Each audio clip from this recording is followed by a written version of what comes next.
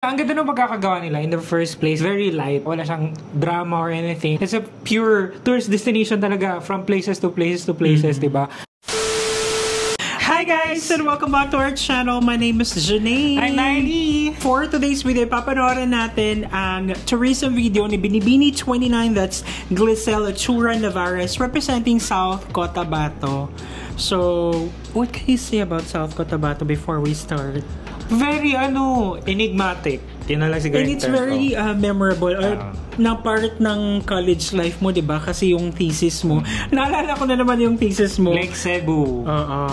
Yes, from the land of the dream weavers. Yes. So without any further ado, let's watch this.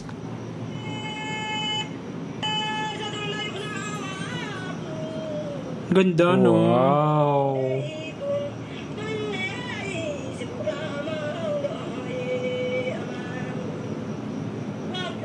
Gustong-gusto ko talaga yung traditional dress nila. Very nakakaganda. Wow, with the movements. Wow, charming. Sobrang iconic na talaga itong falls na to.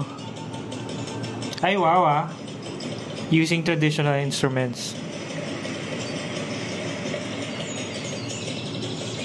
Tinalak.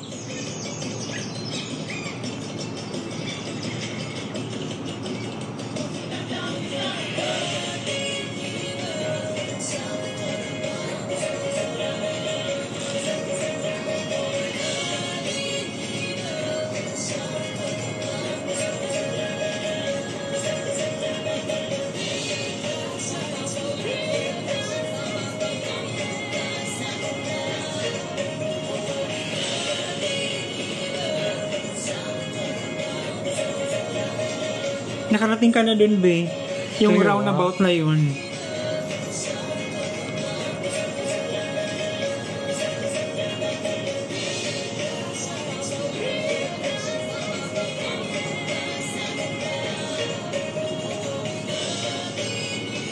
Oo, meron pala silang ganun. Flower farm.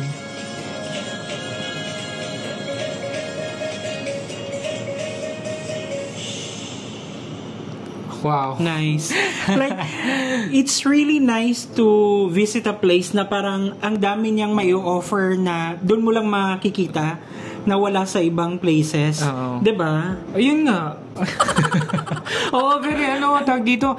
Ang ganda ng pagkakagawa nila in the first place kasi it's very light. Wala siyang wala siyang drama or anything, but it's a pure tourist destination talaga from places to places to places, diba? Which is very refreshing. I love it na yung they weave, diba, weaving, tinalak. They also weaved yung modern, yung mga places na pwedeng puntahan ngayon and yung old culture, kumbaga.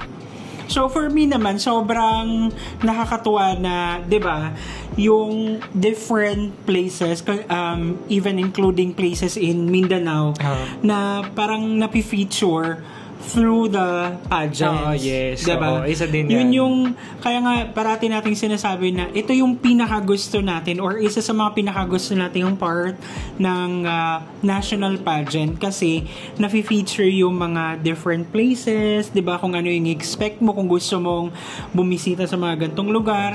Ikaw ba, gaya nga lang sabi ko, nakapunta ka na, nakarating ka na dun sa roundabout. Kasi nga, yun yung parang malapit na doon yung boundary ng Pulumulok to Jensan. And what's the most memorable part of visiting South Cotabato before, be? Kumain tayo na. Gaya nga, bumili tayo ng what do you call that one? Grasshopper. Oo, grasshopper. Anong tawag doon? Apan. Apan. Yes, apan. The best apan in the world. Wow! Sa'yo lang, guys. And thank you so much. At sinaman nyo kasi nagdaang video. If you like this video, don't forget to give it a thumbs up. If bago kayo sa ating channel, don't forget to subscribe, hit that notification bell para updated kayo sa ating mga next uploads. Ayan, guys. Thank you so much for watching our videos. We have a lot of videos done and we have a lot of videos coming. So keep watching us in the next video. Bye!